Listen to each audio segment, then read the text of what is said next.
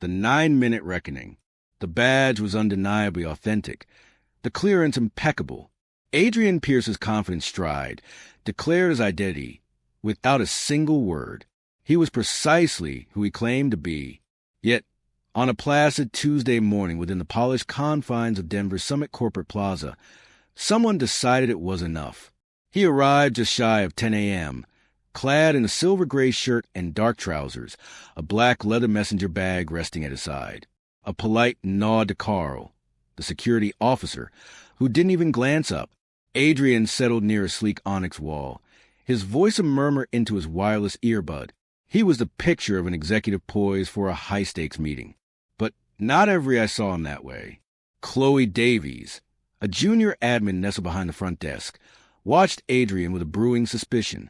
"He's pacing," she whispered to her co-worker, talking to himself. "Something's off." Instead of approaching, Chloe reached for the phone and dialed security. "There's a man in the lobby acting suspicious." Not a word about his badge, his composed demeanor, just that he seemed out of place 8 floors up. Adrian's contact at Apex Solutions was running late. Meanwhile, Chloe's vague report had already reached Denver PD. Officers Kevin Stone and Maya Santos arrived within minutes, armed with dispatcher summary as nebulous as the initial call. Black male, early 40s, possibly scouting the building. Stone was first through the doors. "Sir, could we have a word?" Adrian looked up, surprised. "Sure. What's this about?" Step away from the wall, hands visible. Adrian didn't panic. "I'm with the agency," he stated calmly. "Here for a scheduled brief." Stone squinted. "Agency of what? CIA? Got ID. In my bag? Let me get it, sir." "Don't reach." Stone barked, his hand twitching toward his holster. Adrian froze. "You just asked me for ID," he said, his voice still level, yet firm. Officer Santos stepped closer. "Place the bag down. Open it slowly." Adrian complied. "Side pocket. You can check it." Inside was a metal badge holder. Santos retrieved it, opened it, and confirmed. Photo ID, badge, credentials, all real. Still, Stone wouldn't back down. "We'll need to confirm," he muttered. "You can call Agent Rachel Chun at the Dallas Regional Office." Adrian offered. Neither officer made the call. "Are you armed?" Stone asked. "Yes," Adrian replied. "Agency issued Glock 19 concealed. Right hip, fully authorized." By now, Adrian was sitting on the cold lobby floor, hands visible. Every movement was deliberate. He said nothing more, simply watched as Stone stared him down, as if waiting for a slip. Santos, clearly uncomfortable, turned to Stone. "We should radio this in." Stone didn't move. The silence was suffocating. Then the elevator chimed. Out stepped Agent Rachel Chun, sharp in a navy pantsuit, badge visible, coffee in hand. Her eyes widened, taking in the scene. Adrian on the floor, 2 cops towering over him. "What is going on here?" Her voice sliced through the room. "Good morning, Rachel," Adrian offered dryly. Chun's gaze locked on the officers. "Why is my top agent on the floor?" Stone stammered. "Ma'am, we received a call." He was acting suspicious. Chun didn't buy it. Did he resist? Threaten anyone? "No," Santos admitted. "Then why is he on the floor?" Chun's tone grew cold. "Because he's black and wearing an earbud?" Stone had no answer. Adrian stood slowly.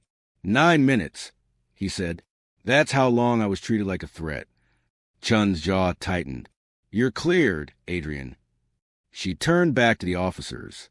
"If you still need confirmation, my number's on this card. But let me make it simple. He's an 8-year agency veteran." Neither officer spoke. Chloe, still by the desk, stared at the floor, guilt creeping across her face. She hadn't imagined this outcome when she made that call, hadn't expected a federal agent on the ground because of her hunch. Adrian said nothing more. He picked up his bag, checked its contents, and nodded once at Chun. His voice was calm, but behind his eyes, something simmered. An old frustration reignited. The unforeseen threat. Then building security arrived. Darryl, the head of the team, a tall man, leaned toward Chun. "We reviewed surveillance footage. he said in a low voice. "And there's something you need to see." Her brows rose. "What now?" There was another man here, 5 minutes before Agent Pierce arrived. He left a small black case under the planter near the north wall. Adrian's eyes sharpened. "Where is it now?" Darrell hesitated. "We haven't retrieved it yet. We were waiting on bomb squad protocols." The footage shows him deliberately glancing over his shoulder. It wasn't random. The already tight tension coiled even further. Chun straightened. "Secure the lobby. Evacuate non-essential personnel. Lock the elevators." She turned to Adrian. "You're with me?"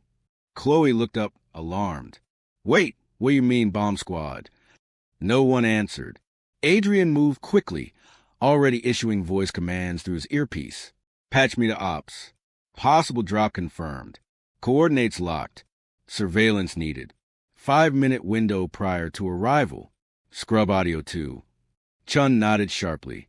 "We need eyes on the perimeter and someone call the Dallas office. Tell them we're activating contingency protocol." The ticking wasn't just metaphorical now. Something had been left behind. And it wasn't just suspicion. The weight of bias. "We've been partners on cases for 3 years," Chun said coldly to the officers. "Check his record. He has more commendations than some agents get in 15. Santos accepted Chun's business card. Stone didn't. From behind the reception desk, Chloe stepped forward, her voice trembling. I wasn't sure. I didn't want to take any risks." Adrian turned toward her, not with anger, but a visible, heavy exhaustion. "You want to hear the irony?" His voice was flat. "I was standing next to the building directory the entire time. You could have just asked me my name." Chloe said nothing. Her mouth opened, then closed again. No defense came. Chun wasn't finished. She took 2 steps closer to the officers, her tone now sharper than steel. "Just before I arrived," she said, "Agent Pierce was reviewing a transfer application, a police officer applying for a spot on the Cybercrimes Task Force. That file was on his desk this morning." Her eyes slid toward Officer Stone. "You're kidding," Santos muttered under her breath. Chun didn't blink. "Officer Kevin Stone, that was the name." Stone looked stunned. I didn't know." Chun stared at him. Stone muttered, "I didn't realize." "And that," Chun said sharply, "is the whole problem." Adrian turned to Santos. "You saw the ID. You knew it was real." Santos nodded slowly. "I did," she admitted. "And I didn't speak up. I froze." Adrian offered a faint nod. "We don't choose the moments that define us. We only choose how we respond to them."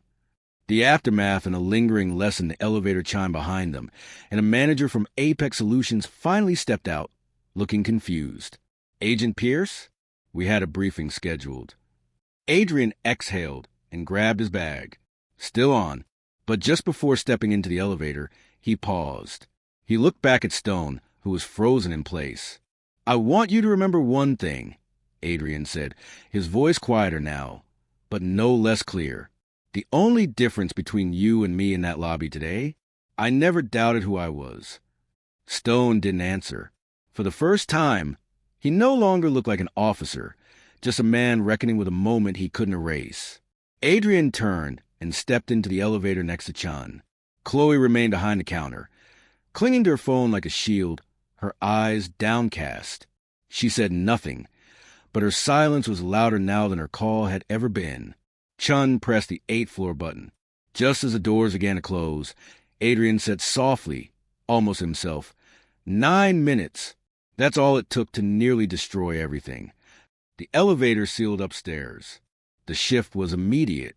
Adrian moved with quiet professionalism, the pain tucked deep behind a practiced calm.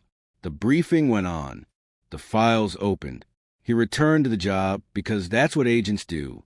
An hour later, the session ended. As Adrian packed his laptop, Chun offered, "Want company on the way down?" He shook his head. "No need." She nodded.